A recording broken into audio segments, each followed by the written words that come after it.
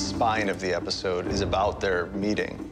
It was an exciting, thrilling thing to watch happening even as we were shooting it. Once we realized that we're kind of getting a charge out of just seeing this happen on a set, which is a notoriously boring place, we had a sense that it would carry over to the finished version of the scene.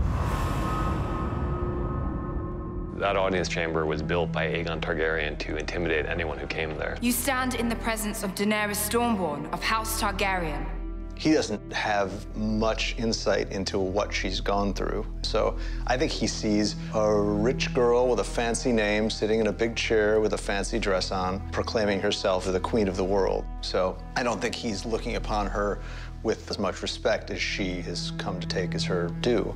He's a very strong-willed person. He didn't come down there to bend the knee. He didn't come down there to join her in her fight against Cersei. None of that matters at this point. All that matters is fighting the dead. If they get past the wall and we're squabbling amongst ourselves, we're finished.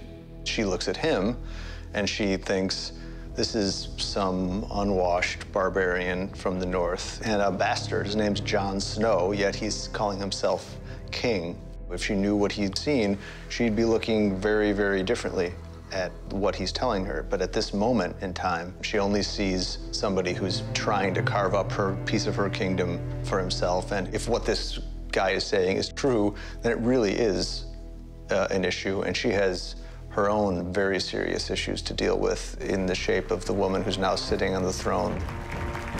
This is a murderous, vicious woman, Cersei Lannister, who's capable of insane amounts of brutality without a second thought if she feels like it's what needs to be done. And by the time you get to the end of episode 3, it's not at all clear that the playing field is nearly as lopsided as it was when we ended episode 1. Everyone kind of realizes that the two poles of power for Cersei and Jaime at this point are King's Landing and Casterly Rock. But Jaime also knows he doesn't have the forces to defend both and makes this strategic decision to give up Casterly Rock, to use it as a decoy, to lure the Unsullied over there, to take it and to get them on the exact wrong side of the continent. The siege of Casterly Rock is so much about what doesn't happen, how it goes contrary to expectations. So in order for us to understand that it doesn't play out the way Tyrion expects it to, you really need to hear Tyrion's expectations. The gates of Casterly Rock are impregnable. The fight up the walls will be hard. We will be at a disadvantage.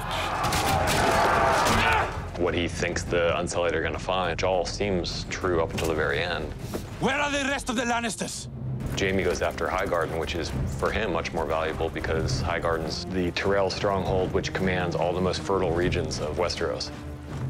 They're the wealthiest house, but fighting isn't really their forte. I mean, they're just not known for being the most fearsome warriors. So to have a long, extended battle there didn't make a lot of sense. We decided to cut to the chase and cut right to Jaime single-mindedly making his way to the person he's there to see, which is Olenna Tyrell.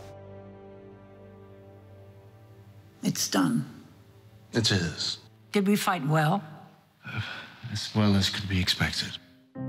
Jaime finally gets to turn the tables on someone. He finally gets to kill one of his enemies, which we haven't seen that much throughout the series, and she still wins the scene.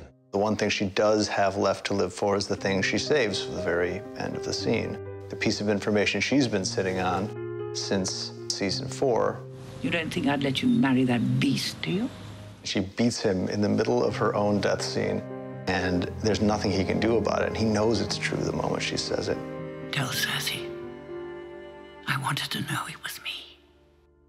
We've been so lucky to have Diana on the show. It's impossible to imagine somebody doing the job she's done with this role, and I think this scene is probably my favorite scene that she's ever done for us on the show.